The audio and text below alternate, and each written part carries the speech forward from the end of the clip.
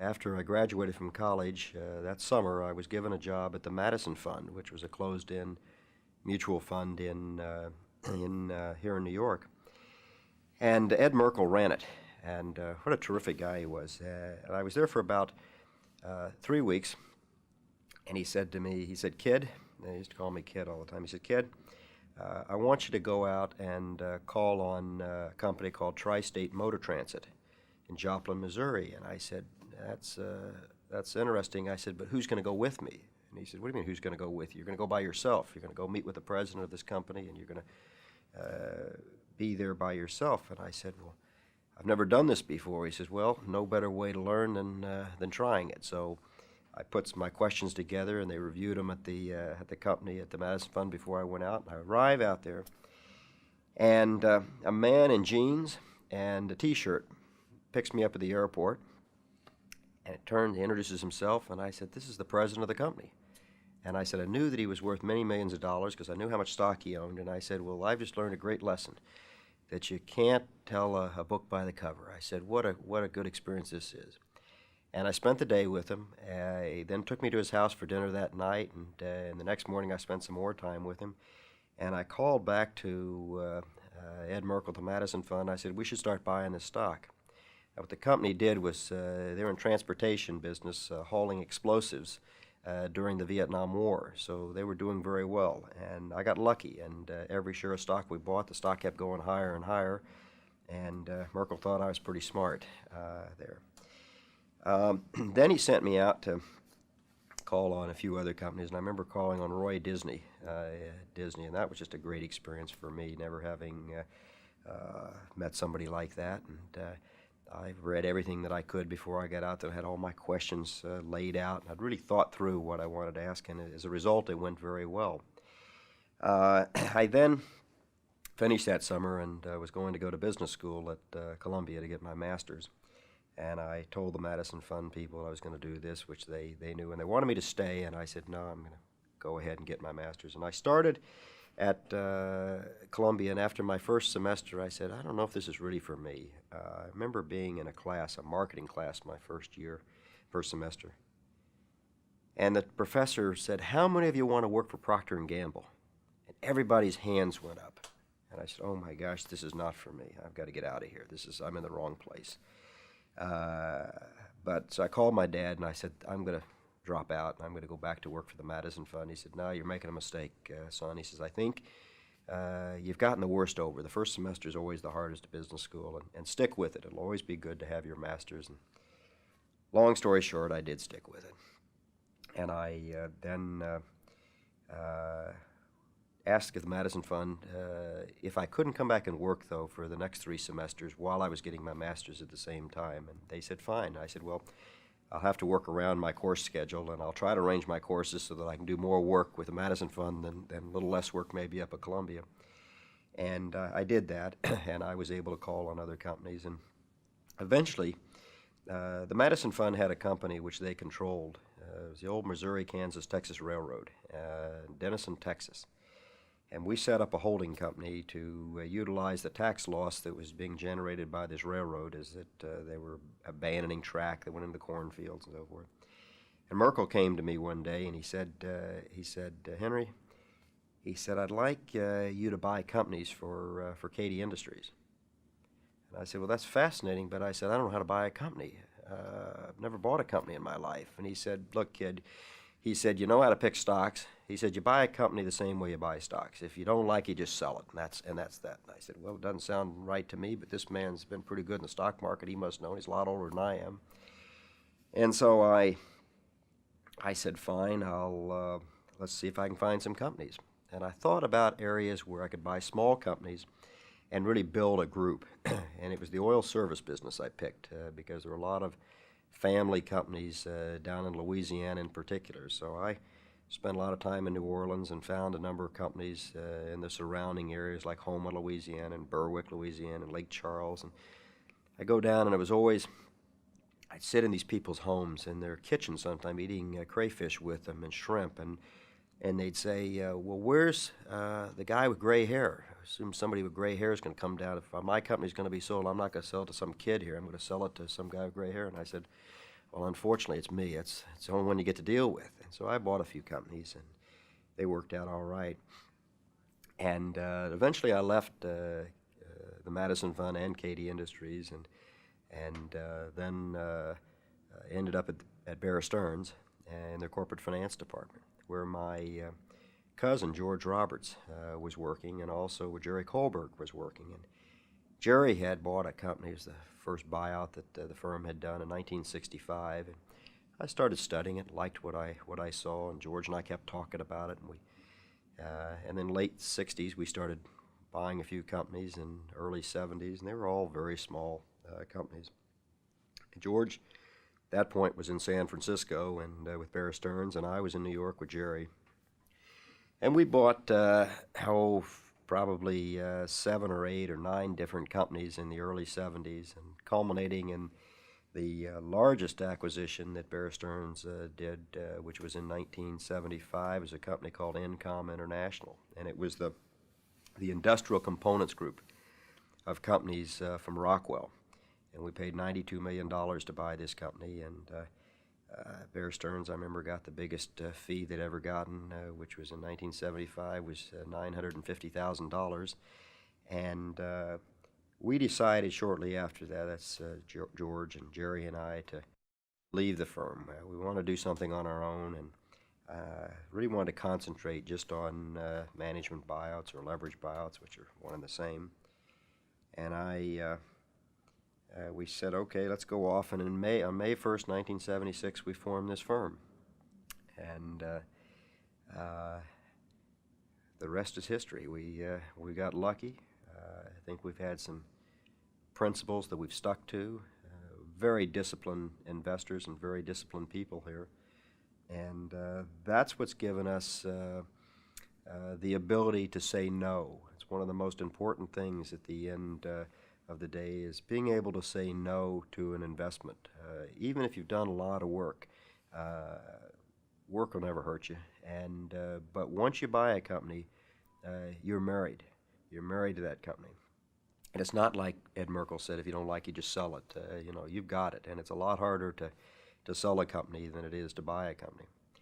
And since we formed the firm in 1976, we've bought some 38 different companies, and we spent about $65 billion buying these different companies. And people always will call and congratulate us when we buy a company or when it's announced. And I said, look, don't congratulate us when we buy a company. Congratulate us when we sell it. I said, any fool can overpay and buy a company as long as money will last to buy it. I said, our job really begins the day we buy the company. And we start working with the management. We start working about where this company is headed and make sure that that capital structure that we have in place is the right capital structure. And I think that's the reason that we've been successful. It's not just buying the company. Sure, we've picked right companies and we've picked the right management. We've given them the right incentive to perform. But most importantly, we've had the management have the right incentives. Management has been an owner. Management has had their own equity on the line.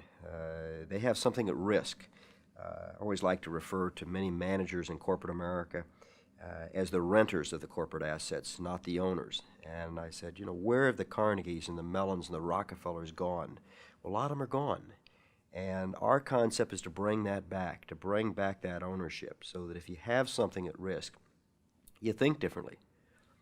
Rent an Avis rent-a-car. If you go out and you rent an Avis rent-a-car and you put a scratch on it, well, you're not going to be that happy, but it's not going to really upset you that much. What you really want to do is get it back to the Avis counter before they see the scratch. Whereas if you own your own car, you put a scratch in that car, you're going to be out there polishing it and making sure that scratch is gone. You're going to take extra special care. It's exactly the same concept if you own a company. If you have your own money at risk, what happens eventually, you start to say, well, do we really need all those people that we have in a company? Do we need as many airplanes? RJR, for example, we had 81 people in the flight department when we bought the company, and they had 11 corporate jets. Today we have about 24 people in the flight department. We have four planes today. We've got 1 airport versus 4 airports that the company had. And you just think differently. So I'm giving you a very long answer to what appears to be a simple question, but everything was done in steps, and everything becomes a building block. And as my mother has said to me on many, many occasions, you've got to build the foundation first. If you build that foundation, both the moral and the ethical foundation, as well as the business foundation and the experience foundation, then the building won't crumble. But if you don't build that foundation, and it's not a solid foundation, the building will crumble.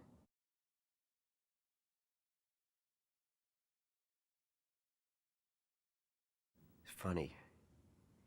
I never thought there was such a big deal when we made the offer. I guess it wasn't until I woke up after we bought it, and see, that was really a big deal.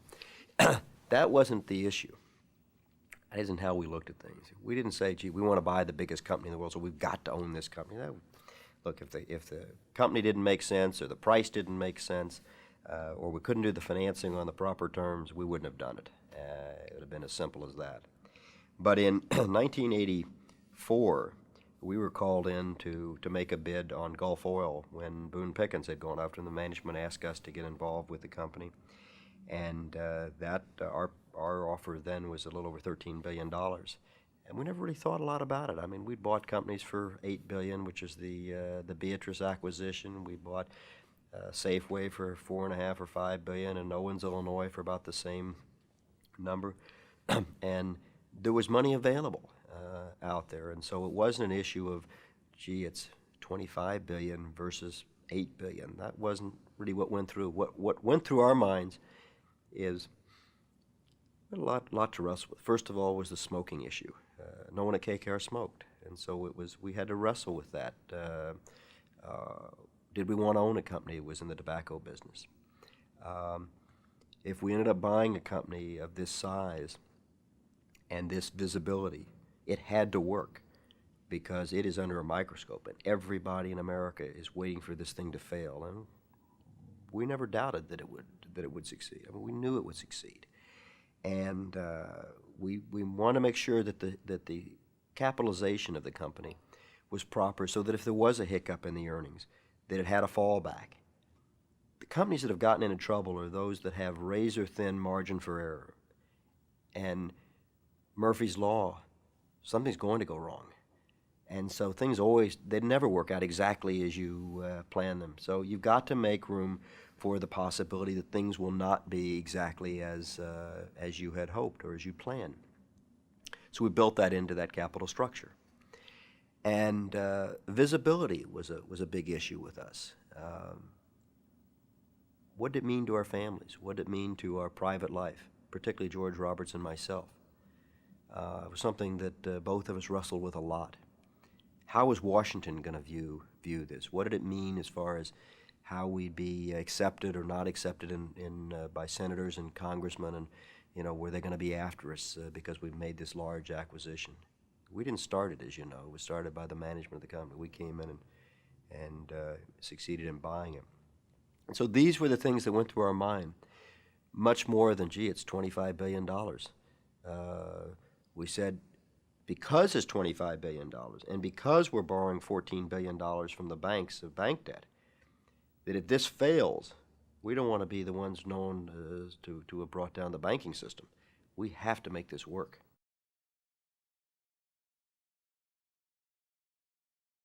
Well, there really were two points in time that were very important. One was the day that after a very long day and all night we'd been up, we thought we had an agreed upon deal. The other group came back and started raising their bid, and that threw the board of directors into turmoil. And they spent from 8 o'clock in the morning or so when we appeared before the board until 7 o'clock that night debating, did they want to take the Ross Johnson Shearson offer, or did they want to take the KKR offer? And I felt enormous relief when they came out and said, all right, you've won. They had come out earlier, about 2 hours earlier, and they said, we would like you, and we'll pay you an enormous fee. I think it was something like $250 million to give us 2 more weeks to decide who to pick.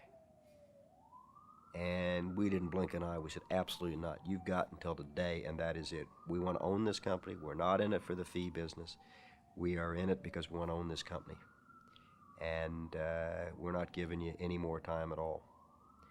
And that was all documented in Barbarians at the Gate. And in hindsight, we stuck to our principles. We're not in the fee business of doing deals just for fees. We're in the business of buying companies and owning the equity and putting our own money up and making a company better. That's the opportunity we wanted.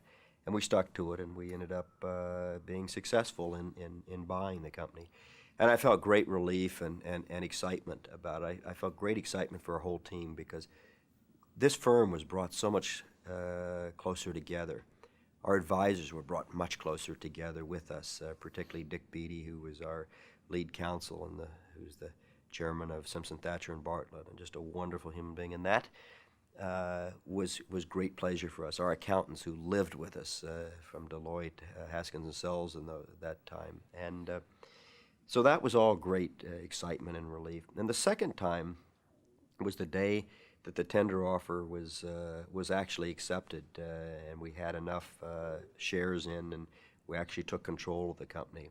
I guess there was a third period, which was in between, which was the day that the bank financing had to be in, and we were concerned, would we get enough bank financing? I'd gone all over the world. I was in Europe, and I'd been in Japan and in the States with a couple of my associates raising this bank financing, and it was the day that had to come in, and we had the large amounts of commitments coming in, and we far exceeded what we had thought, and that was great revelation, because if we didn't get there, we didn't know what we were going to do. We went to every bank in the world practically of size. So those were the three periods. I mean, another great story about, you know, when you have a bid accepted or you get a transaction closed, the actual closing of it is anticlimactic. It's the time that the bid is accepted, or the time you get the financing, as in the case of RJR and the others. It wasn't as big a concern because they were smaller and there was a lot of money available in those days. How times have changed. Just that feeling, you know, up there in the air, and that camaraderie, and just that excitement of wanting each other to know. It's really part of a teamwork, and it's one of the great pleasures I get is that team and that teamwork and making it work that way. You know, the thing I like to people say, well, how do you describe KKR? And I like to describe KKR as a football team. I say it's a football team with a two-headed quarterback, with George Roberts and myself as the quarterback calling the plays, and everybody's got a position to play. Some play tackle and guard, and some play halfback, and not everybody can carry the ball.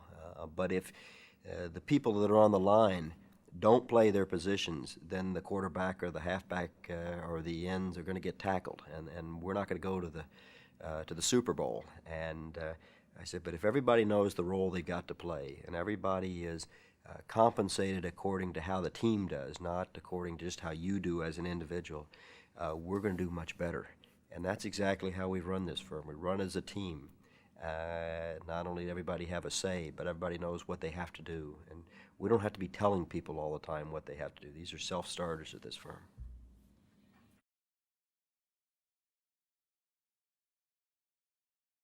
My dad was reading an article in Time magazine about the Oxford, Cambridge of the West Coast, because it's a group of small colleges. Pomona and Scripps and Harvey Mudd were there at the time in the graduate school in Claremont. And I wanted to go to the West Coast because I'd been in East boarding school for 5 years. I'm from Oklahoma originally, and I said, I want to see how the other half of the United States lives. And I love to play golf too, and so I wanted to play competitive golf out there. So I went out, and I liked it, except my first year was like a prep school with ashtrays. So I decided that maybe I would transfer, and then the more I thought about it, the more I said, no, this is the right school. And then I really went there for because it was very strong in economics and in political science, and those were the two areas that I wanted to focus my future on. I was an economics major in college, and every summer when I was on and after school, I would drive my car from California, from Claremont Men's College at the time, to New York, and I worked on Wall Street. Started out as a runner, which was a messenger. I went to the other runners' homes in Brooklyn and Queens, and just to see how they lived, how they thought. They were totally different than I was. And then my next summer, I worked in the research department of Goldman Sachs. And my last summer, I was in the institutional sales and in corporate finance. And I thought at the time that I wanted to go into institutional sales, which are selling stocks and bonds to institutions. And I said, because in those days, which was now in the 1960s, the salesman was making about $100,000 a year, and I said, that's just an enormous amount of money. But the one thing that always stuck in the back of my mind was, I said, what happens if, for some reason, this institutional sales doesn't really work? I mean, it's not all that it's supposed to be. I said, I'm really trained to do nothing. I am trained to be maybe a shoe salesman. And I said, the second thing that bothered me, I said, you know, when I'm old, that meant 45 years of age, I said, I want to have an office. I don't want to be at some desk yelling and screaming and people hearing what I'm saying on the phone all the time. And I said, that bothers me. These people don't have an office. And so I then started looking on the corporate finance side and became fascinated by that. But I said, before I make up my mind what I want to do, I want to find out how an institution that buys stocks and buys bonds, a fund, how do they make the decisions? How do they make a decision to buy, whether it's General Motors or IBM or whatever company it is? I want to find out how the other side works, because I don't understand how it is that one time a institutional salesman has a special on IBM, and the next day he's got a special block of stock on some other company, and then another day another company. How can he know so much about these different companies other than reading one page is given to him by the research department? I'm going to find out how the decisions are really made from the other side, and then I'll make a decision what I'm going to do.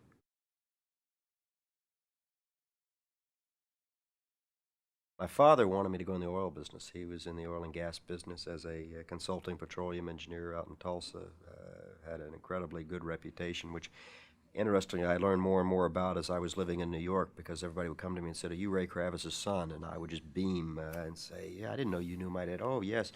I worked with your dad on this transaction or on this company in the oil business. And I thought about it, but I said, look, as proud as I am of my father, I don't want to be known as Ray Kravis's son. I want to do something myself. And I hope my children will do something on their own. My dad helped me. He was there as a very loving and supportive father. But I said, I've got to do it myself. As a kid, my mother says to me, you were always me, myself as a kid. You wanted to tie your shoes when you didn't even know how to tie your shoes. But you had to do it yourself. And I guess that's just the reason. So I picked a field where I'd had a little exposure, where I thought I could have an enormous challenge and have a chance to really do some good, to be a pioneer in an area, and not just be like everyone else. And that became the field of finance, and in particular the leverage buyout field. And in hindsight, I wouldn't trade it for anything. It's been just a phenomenal career for me so far, and I don't see any reason why I should change.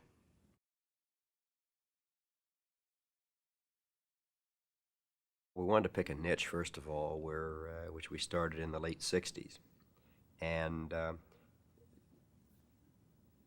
it was a way for a family company. When we bought companies at the beginning, companies were bought on the basis of, there were family companies that said, look, I've got an estate problem. I've got a son in the business. Maybe he's good, maybe he's not good. I really don't want to sell out to big XYZ company because I like the fact that our company's independent. It's been a family company for 50 years or whatever. I don't want to go public. I don't want to have a public company. And so we created this concept of letting the management and the basically have their cake and eat it too, letting this owner sell out and at the same time continue on in a management role with an ongoing equity stake. So the family may have owned 100% of the company initially, and we may buy the company and let he and his family own 20% of it and continue to run it. So he's solved his estate problems. He's solved the succession problem in part because we're there now, and he doesn't have to make that tough decision. A lot of fathers can't make that decision. They know their son's not really up to the task, or daughter, but they don't want to be the one to make that decision. They want somebody in between to make that decision, and they can say, look, I'm really sorry, it wasn't my decision. I sold the company. It really was up to KKR or whoever else bought the company. And so the LBO, or in those days called the management buyout, because management was such an integral part of it, was the concept was really developed to take care of estate problems. And then it grew from that point in the 60s, early 60s, mid 60s, late 60s, to buying divisions and subsidiaries of public companies.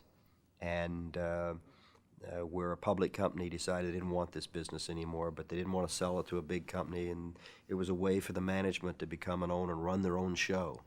And then from that it led to the first public company buyouts, which were companies that we acquired in 1977. That was our first acquisition of a publicly owned company called AJ Industries on the New York Stock Exchange. $26 million in purchase price. And that's really how it developed, how it grew up.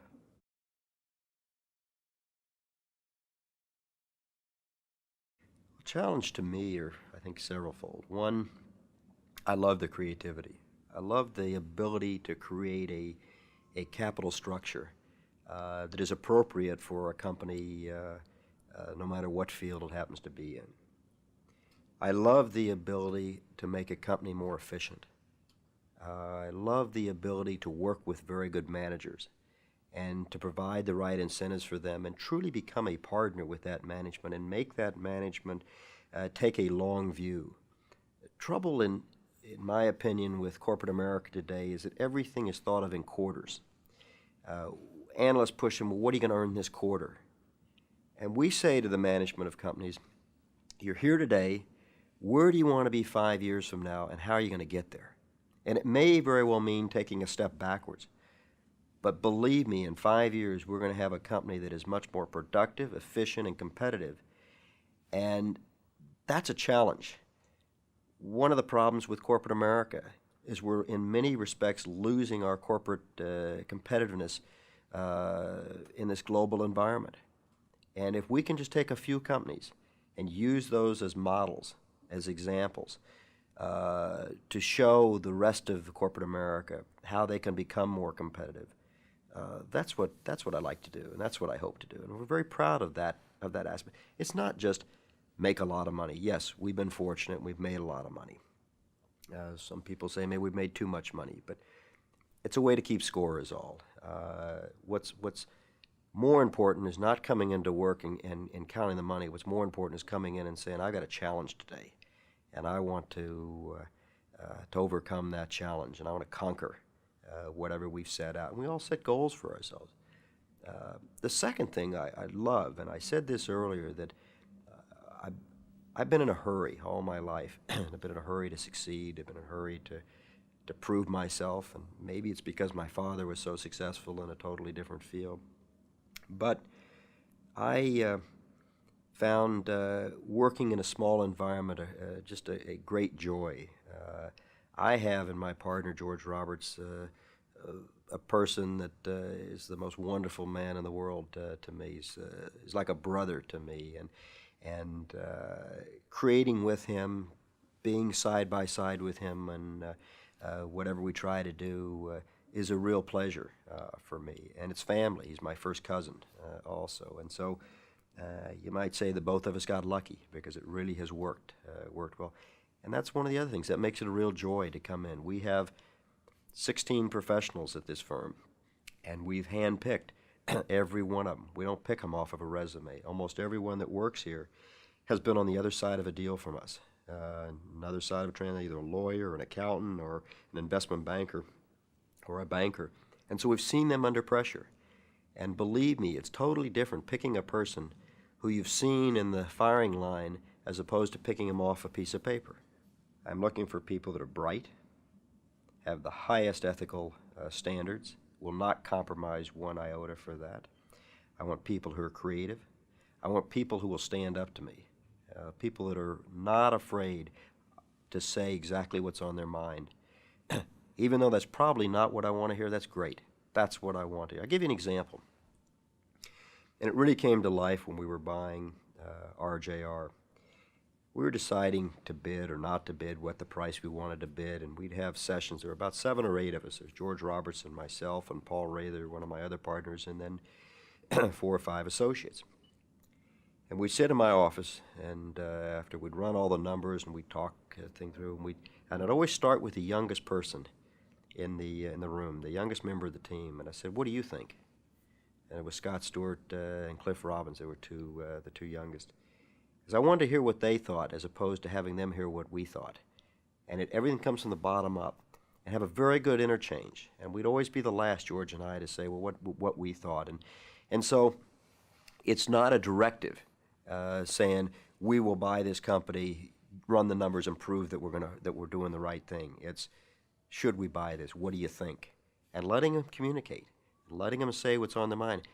We want the members of this firm, whether they're an associate or whether they're a partner, to put their own money up in every transaction, their own money at risk. Just like we ask the management to have their money at risk, we do the same thing here. We have everyone at KKR, from the receptionist at the front who you met when you came in to all the secretaries, they own stock in every one of our companies. Now, granted, they have it on options, but our people here working on the transactions put their own money up. And you think differently. And we want people who are not afraid to take risk, who are not afraid of a challenge. And I want people who are going to be diligent. They're going to ask the tough questions, and they're going to keep probing until they're satisfied, and not just say, well, he told me this, so it must be right.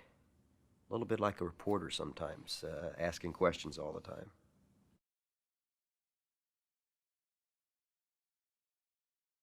We have a fear all the time, but that's what keeps us going. That's what keeps us focused. You have to have a fear. People who say, I have no fear and I'm not afraid of ever failing, they're kidding themselves. Sometimes it's the fear of failure, of not wanting to fail, that makes people as great as they are. I know that's what pushes me a lot. I've always said, and I say it to my children, I said, I'm the kind of person that could fall out of a window, well, land on my head, I'm going to bounce a couple times, and I'm going to come up on my feet, because I'm going to make myself come up on my feet.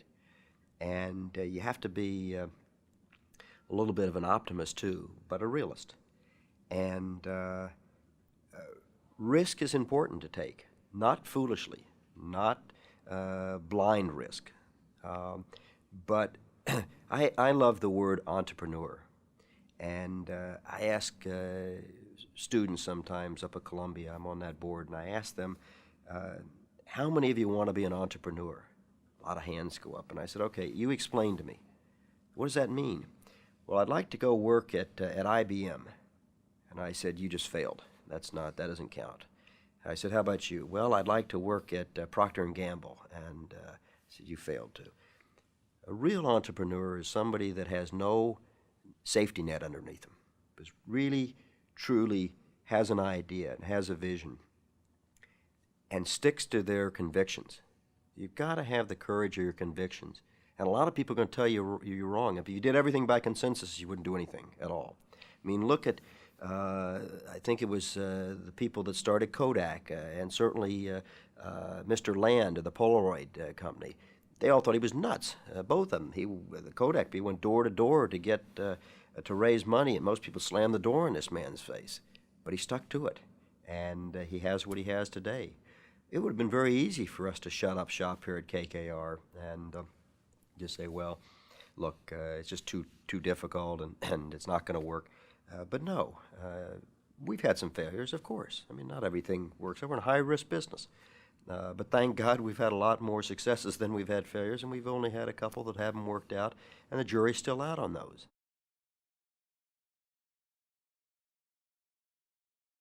But she asked me one day, she said, tell me the 3 things, 3 words, I want just 3 words, that are how you would describe your life, things that are very, very important to you. I thought about it for a minute, and I said to her, courage, integrity, and commitment. And those are 3 things that I basically live my life by. And she had a seal made, and she had a box made engraved in silver, which had those 3 things written on it in a seal that she had for me. And those 3 words, those 3 terms have worked for me. They don't work for everybody. But you talk about courage. Come back to having the courage of your convictions. The ability to face failure. As I say, there's nothing wrong with failing. Pick yourself up and try it again. You're never going to know how good you really are until you go out and you face failure. Integrity, that's a given. If you don't have integrity, you have nothing. You can't buy it. You can have all the money in the world. But if you're not a moral and an ethical person, you really have nothing, because you only have one thing to sell in life, and that's yourself. And commitment to me is the ability to stick to something. You make up your mind. I hate people that go out and always talk about they're going to do this, they're going to do that, and they never do it. And I said, quit talking about it. Just go do it. I don't want to hear about it. When you've done it or you made an attempt to do it, that's fine. I tell my children when they're very young, kids have a term, and it's always, I can't do it. They don't know whether they can do it or they can't do it until they try it. But it's easy. I can't do it. I can't ski. I can't ride a bike. I tell my kids, let's just take that word out of your vocabulary, because the word can't isn't in your vocabulary until you've really made an attempt to try it. And if you've really tried something and you've given it your best effort, that's all I ever ask of you. But make a commitment to do something. You have a vision? Fine. It's not going to be a straight road to the goal line. Going to be a lot of zigs and zags and throwing for some losses. The other thing I say to my children, I said, be on that field. Don't sit on the sideline. Don't sit on the sideline and focus on what other people are doing. And don't be on that sideline and putting your leg out trying to trip the runner as he comes down the side. You get on that field and you play. You wear the same uniform. And you get banged up just like everybody else. And then you're going to know what it's like. It's easy to criticize. Anybody can criticize. But you get on that field and you play, and you're going to have a totally different respect for yourself and a different sense of one's worth. And it's very important to do that. Another thing I tell my children, I said, don't worry about what the other person's doing. A lot of people are always worried about what somebody else is doing. I said, I love people that are worried about what I'm doing. I said, people seem to know more about what I'm doing than I know about what I'm doing, and I hear it all the time. And I guess as you get luckier and a little more successful, you hear a little more of that. And I said, quit worrying about what other people are doing. Because I said, if you're worrying about what other people are doing, you're not doing anything yourself. I said, you're on that sideline, and you're just watching. You need to know what your competition's doing. You need to know what the environment's like. But don't dwell on what other people are doing. I love people who dwell on what I'm doing, particularly if they're in our field, because I'm out there behind the wheel driving along, and they're trying to catch up, and that's great.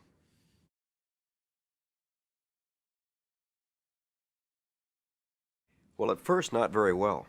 I took everything very personally.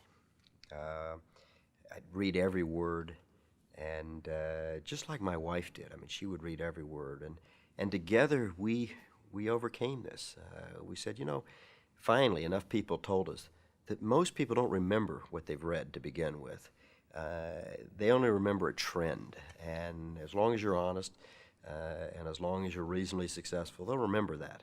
And I remember someone called me one day, right after the heat of battle in RJR, and we were getting beaten up pretty badly in the press, and because the other side had really gone after us and was planning all the stories. And we had always taken an attitude of not talking to the press. We just said, look, our record speaks for itself, and we'll just let it stand. And I think that was probably a mistake in the RJR, because the other side kept feeding what they wanted in, and there was no rebuttal from our side, so pretty soon people started to believe the other side. And we learned a lot from that, and it was very hard. And people would tell me, said, forget about it. A day-old newspaper is good to wrap fish in, and let's forget about the fact that this was written about you. It was hard. It was very hard for me to feel that I want people to like me. I wanted people to like what we did, and because we worked hard at it. It's like any creative person. You want everybody to feel like you feel about it. Well, not everybody's going to have the same feeling, and so it was a very hard thing for me to learn to live with. Today, I've learned to try to educate as a few good reporters, and I said, look, if I got a few good reporters that really understand what we do, as opposed to pulling something that was wrong out of a computer and then compounding it by writing something more that's wrong, pretty soon the whole story's all wrong. I said, we can educate these people, then I'm going to have a fair chance at getting my point across. And but the press hasn't changed. I've gone back and read stories about J.P. Morgan and how he hated the press. And here was a man that was enormously successful. And you think about, well, J.P. Morgan was an incredible financier in his time. People wrote about him. They didn't like him. They thought what he was doing was wrong. He was making very large acquisitions and also bailing out a lot of companies by being the provider of last resource, practically. And he provider of last source. I mean, he lived with it. I'll live with it. Nothing's going to change.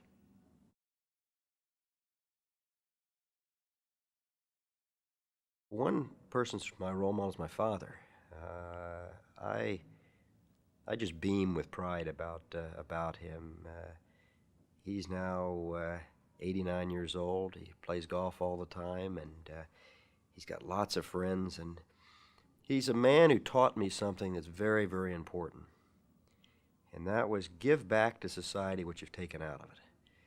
I've been really fortunate that way. I'm glad I learned it at a very young age, that yes, I've been very successful and I've been lucky, and maybe I've made more money than I deserve, but some of the most important moments in my life and moments that have given me the most pleasure have clearly been the times that I've been able to make a major contribution in money or time and effort to those less fortunate.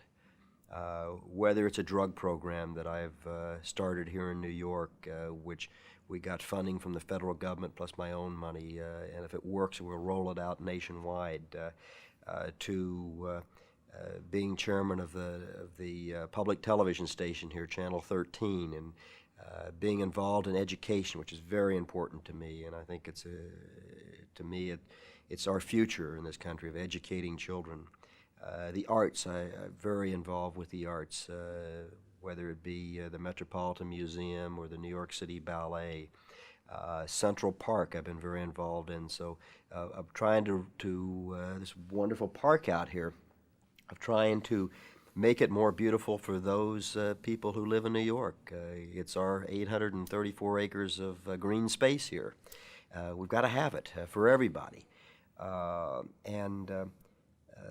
He's my hero because he taught me the joy of giving,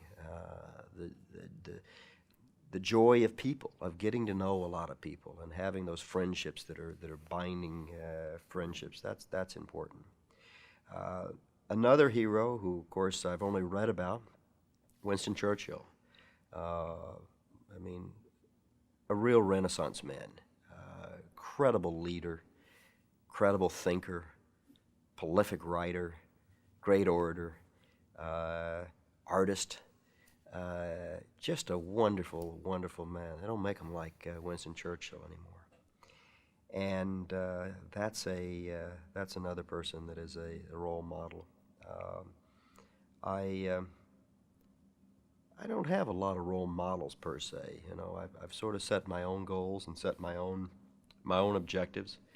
And things that are really important to me. It's that foundation my mother gave me, and that's what I try to live by, as opposed to saying, I want to be like that person. I don't want to be like anybody. I want to be like me. And I just like the fact I can read about these other people, or I have this wonderful input from my father that enable me to be the way I am. And that's what's important. have a teacher who was a great influence on me when I was in boarding school at Loomis. Jim Wilson. He was my economics teacher, and he was also my dorm head. And I didn't know what economics was before I took this course. And I was really moved by the course. I was moved by him. And that's probably one of the reasons I chose the field of business, interestingly, was this course that I had, and how much I enjoyed it, and how much challenge that he gave me to learn about economics, learn about supply side economics, and demand by the consumer, and wage push, inflation, and so forth. And I look back. In fact, I saw him last night. Every year he brings his economics class down to New York, and I give him a dinner in New York after they spent the day going around to see the banks and investment banks.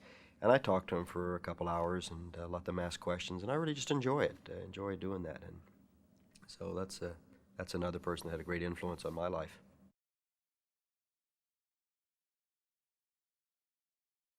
I wasn't a great student. I was all right. In the courses I liked, I did very well. But the courses I didn't really care about, I don't think I did quite as well as my parents would probably have liked me to have done. I did very well in the political science course. I did very well in the economics and finance courses as I went through college and graduate school. But I was eager to learn. I was eager to learn everything that I could. But probably more importantly than anything, I was eager to apply what I learned. That's why this job at the Madison Fund was so important to me, and I look back about how much I really learned as I was on-the-job training. There is no substitute for on-the-job training. I loved athletics in school. When I was in my boarding school days, I played football. I was captain of the wrestling team my last year in high school, and I ran track. And I've always been very, very competitive. I love competition, and the more competition, the happier I am. You just tell me I can't do something, and that's all I need to hear, and I can really get fired up to do it. It's the easier things that maybe I get a little lax on. But so I always like the competition at school. I like the competition of sports. I like the teamwork. I love being a member of a team. But if you look at track, and you look at wrestling in particular, they were individual sports, but part of a team. And so again, comes back to, I didn't have to rely on anybody else. Nobody else let me down there. I was as fast as I was going to be as fast, and I wrestled as well as I could wrestle. And if I lost, that was my own fault. I had nobody to blame but myself. And that was something I learned in school. I learned a lot about don't look for excuses. You have nobody to blame but yourself. Don't try to say it was his fault or her fault, because, in the end, you have to be held accountable, and that's the important thing. I had a lot of friends in school. I love friends. I was very social in school, and as I got to college, I probably spent more time going to parties than I probably should have, but it was all part of it. Got out to California, and I'd love to play golf, and when I was in high school, the school didn't have a golf team, so I out of Claremont, went out for the golf team my freshman year, and I made it. And I played 4 years of competitive golf in Southern California, and they elected me captain my last 2 years. And I love that challenge, again, of playing sort of 25 to 30 matches a year and 4 or 5 tournaments. And I was all right. I wasn't great, but I was all right. I guess I got down to sort of a 1 handicap, and but these kids today, they're scratch or better, and so it was a great experience. It was also a humbling experience too, to play against schools like Southern Cal and Stanford we played against once, and UCLA we played against every year, and these kids would be out there, and I mean they were good, and many of those kids went on and turned pro. But being able to beat them sometimes, I mean that was a challenge that I always loved.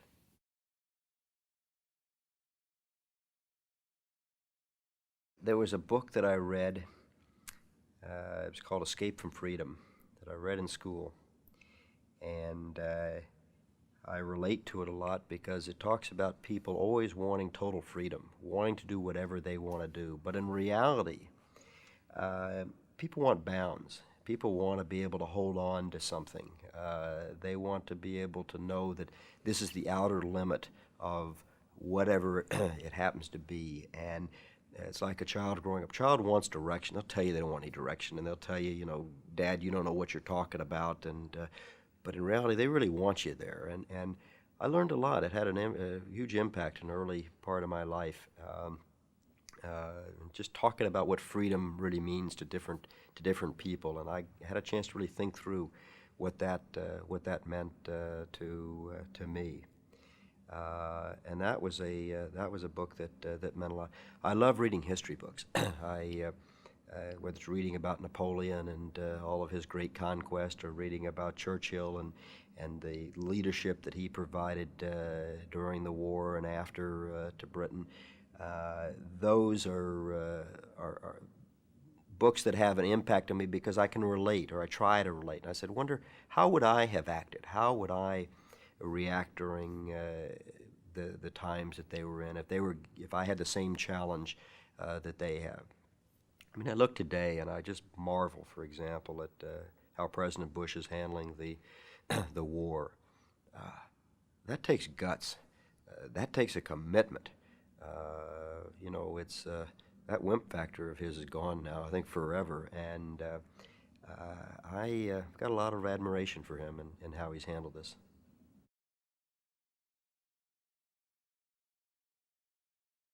My career, I have really just loved it. It has been a challenge. There's something new every day for me. I mean, the fantastic thing about the career is not just buying and selling companies. It's the fact that we've got a portfolio of companies that range all the way from hotels and motels to television stations and cable TV companies and oil and gas and consumer products and industrial products. And anything that I want to know more about, I have that opportunity. It's right there. It's in our portfolio, and I can spend the time at a factory or with the management and learn as much as I want. And so that's wonderful. That's a real challenge. You can't get bored doing that. If I just had one company and worked there all the time and I was a product manager, I could get very bored doing that. What I would do differently, when I went through school, as I've said, I was in a hurry, and I was in a hurry to succeed when I got out in the business world. And so I was an economics major in undergraduate, and I was a finance major in graduate school. And I'm sorry today that I didn't take more courses in the humanities and history and in the arts. I'm trying to make up for it now. I have a reasonable art collection, and so I try to study 18th and 19th century European painters and art. I spend time with the New York City Ballet and enjoy the ballet. My wife has taught me a little bit about music and opera, but she's a real expert in it. I don't know very much about it, but I've learned more. History. I'm sorry I didn't read more history. I'm sorry I didn't have that opportunity to really focus, because things always repeat themselves. History is a great teacher. It's a great lesson for the future, and you can go back and learn a lot from history. And so I'm sorry that I took the route of not having as many courses in the arts and humanities and history as I would like to have.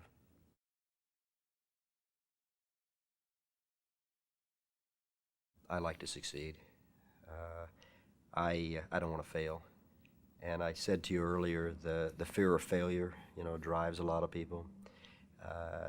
That probably is part what drives me. I know there'll be things that I'll fail at, but overall I don't want to be a failure. And I come back to the challenge again. Why am I in a hurry? Why do I work as hard as I work? I do it because I enjoy it. I don't have to do it, obviously, but I enjoy it. I enjoy creating something, financial creation. I'm not an artist or a musician, but creating something that hasn't been done before, and I enjoy that. And we have a lot of people at this firm, and we're all built more or less alike. We love to succeed.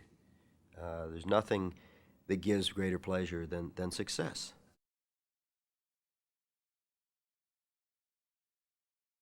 I measure it by accomplishing the goals I set out for.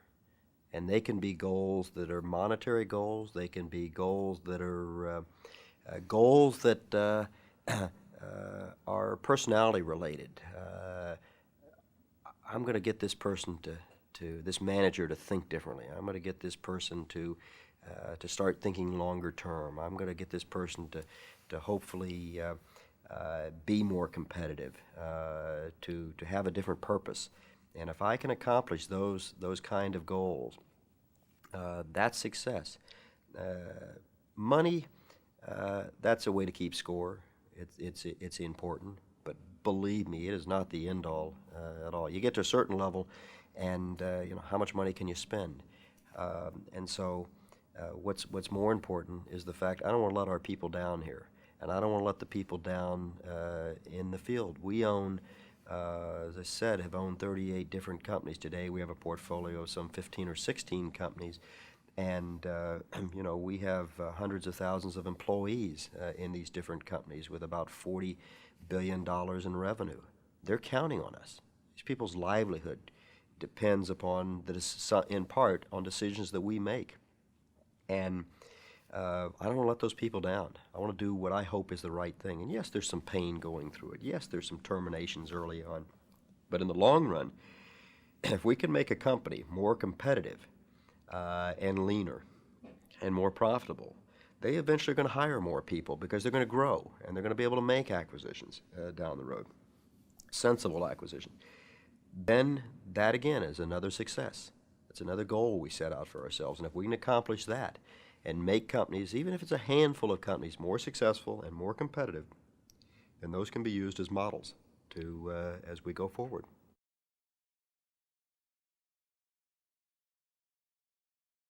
I think one of the most important things that I've had to overcome is jealousy from the outside, of learning that not everybody's going to be my friend. They'll tell you they are. They'll look at you and say one thing and then turn right around and do something exactly the opposite or stab you in the back. Sure, they're disappointments. They're disappointments in life. That's life. Coming to a big city, the best background I could possibly have had is growing up where there's green grass. Growing up where family counts, growing up where friends really count, and growing up as a kid out on the playing field. Being on that playing field is so important, and that's given me the foundation for what I have today. And but I mean, I like to tell the story about how I sold magazines as a kid in the 7th grade in Tulsa, Oklahoma, and I go to door. And I always had to be the best salesman. I wanted to go back to my junior high school and win the prize for the day of having sold the most magazines. And that was a challenge for me. Or collecting waste paper, newspaper, old newspaper. I go around and I collect them and keep them in the garage. My mother said, "When are you going to get rid of that stuff?" And I said, "Well, when you take me down to the waste paper dump, we'll get rid of it then." And I collect it in my wheelbarrow and go around the neighborhood. And she'd take me down and we'd load it on the scales, and they'd pay me, $1.36 or whatever it was for my newspaper, and I go back and do it again. Well, I guess that's where I learned inventory control and marketing and a little finance as a kid. Just pretty common sense kind of things, and it was building those blocks slowly, one after another, taking one foot and putting it in front of the other. And always keeping my eye on what I wanted to accomplish. Where did I want to be?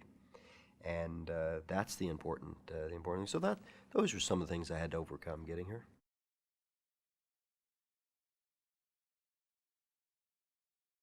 Sometimes it's not easy because people want somebody with gray hair or no hair, as the case may be. As I said earlier in this interview, I remember being down in Louisiana, and people saying, we thought somebody with gray hair was going to come here. And basically, I just say, just listen. Judge me for what I have to say. Judge me for how I handle you and for how I handle myself. And it doesn't matter whether you've got a card that has a certain title, as long as they know you're in a position of authority.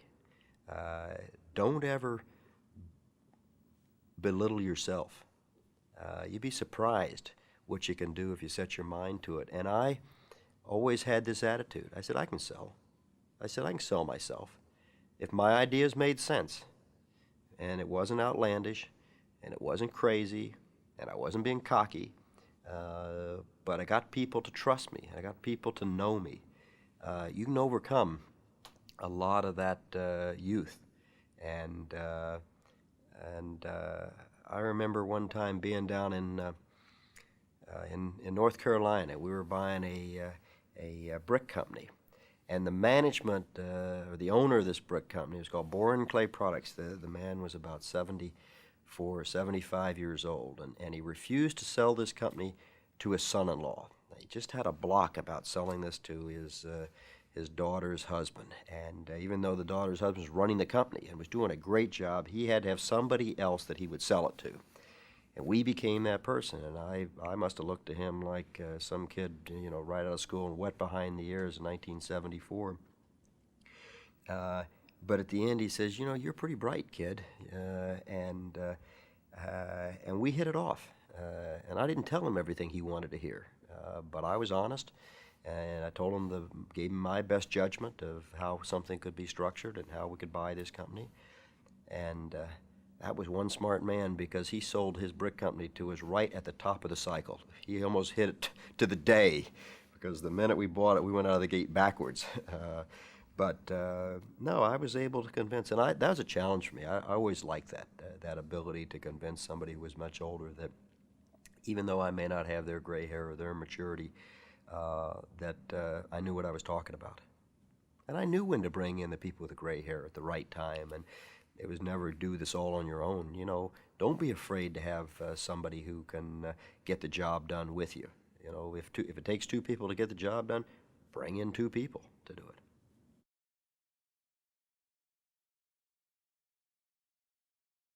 Well, there are enormous responsibilities. As I said, my father taught me a lot about giving back to society. And often, because you make a large contribution to one organization, people just assume you'll do the same to their organization. And I give a lot of money to a lot of different organizations because I believe in so many different things. And so there's enormous pressure on me to give to this, of time and of money. And one of the harder things for me, quite frankly, is saying no. I don't like to disappoint people. Look, your charity is just as important as my charity. Maybe not to me, it's not, but it's important. And you've got the same task at raising money as I've got the task at raising money in a different area. And as the federal government and these states are cutting back, there's enormous pressure on the private sector to do more and more for these charitable organizations and the not-for-profit organizations. And believe me, I push our companies very hard to spend an enormous amount of their money each year on the not-for-profit sector. We've got to do that in every community which we serve, and some which we don't serve. And so one of my hardest things has been to try to focus my efforts and not be all over the yard. And so I've focused them on drugs and education, which I put together because I think they're interrelated very much, and then in the arts. And those are things. Hospital care, I've done some major things for Mount Sinai Hospital here, but that's one hospital, and that's where I focus my efforts there. So yes, there are pressures. Everybody wants me to be head of the capital campaign or chairman of the board of whatever institution, and it's always hard to say no. I remember when Jim Evans and Lawrence Rockefeller came to me. Jim was the chairman of Union Pacific and retired, and he became chairman of Central Park Conservancy for the Central Park. And they both came to me and asked me to be the chairman of a $50 million capital campaign, and they told me, no, we don't want any money from you.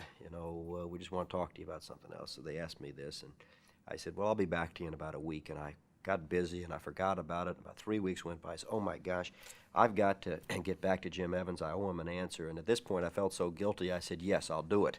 And I said the best thing that he did by that was not push me and not bother me or put any pressure on me. I did it to myself, and we've raised at this point $47.5 million, and we'll get there. We have until June to do it, and we'll pull in the last part, I hope. But that's the pressure of if you're successful at it, or you do a good job at it, everybody else wants you to do it too.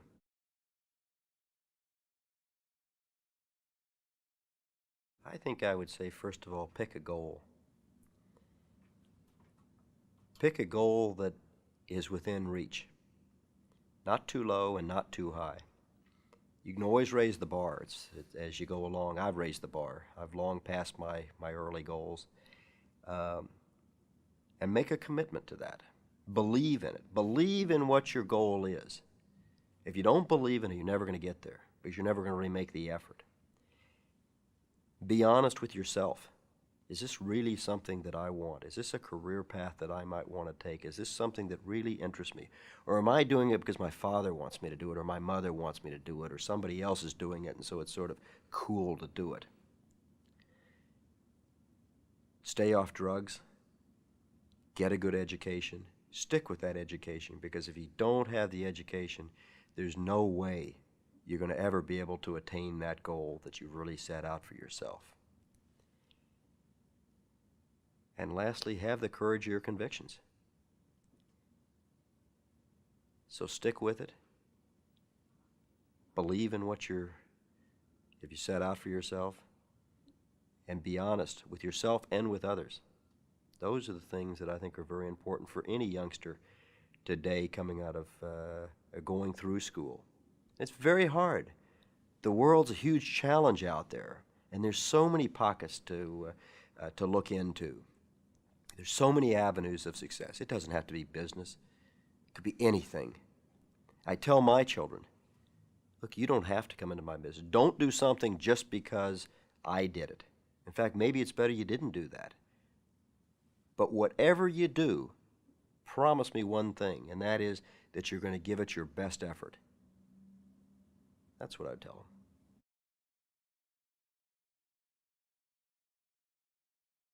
Oh, I have a lot of pleasures. I love outdoors, being outdoors, and I love to fish, fly fishing, particularly for salmon. I love to ski. My love is going out to our house in Vail and putting on the boards and trying new trails and skiing the powder, which both Caroline and I love to do, and I love being with her doing that. I love to shoot. I love hunting, bird hunting in particular, and so that's always great fun. And horseback riding. Caroline and I do a lot of riding together. We built a stable, an indoor riding arena, and we both jump, and I love the jumping. That's a great challenge, another challenge for me that I like. And so those four things, plus golf, which I don't play as much anymore, but those are my passion. 4 or 5 things are my passion, and you have to do something like that to get rid of the tension, take your mind off what you're doing, and I love doing that. I work out try to work out at least 3 times a week in the morning, early in the morning with a trainer. Got to do that to get rid of the stress and tension and keep my body in somewhat reasonable shape. And I feel better, that way, and my mind feels better. So I enjoy doing that as well.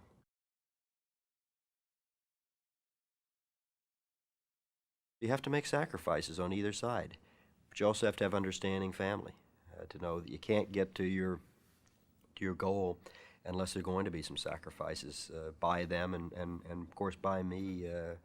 Look, I'd rather be with them many times than being out in the middle of nowhere meeting with some lender. There's nothing more important to me than my children, and focusing on them. It's the quality of time with my children, not the quantity of time that I've found to work and to be important. And so you have to make an effort. One of my sons is a very good wrestler in high school, and I try to get to as many meets as I can and do his tournaments. I get as nervous and as excited as he does. And if you don't have that, you can have all the money in the world, and you really don't have anything, because in the end, it's your family that counts. You have to have a personal life. If you don't have a personal life, as far as I'm concerned, you're missing half of your life.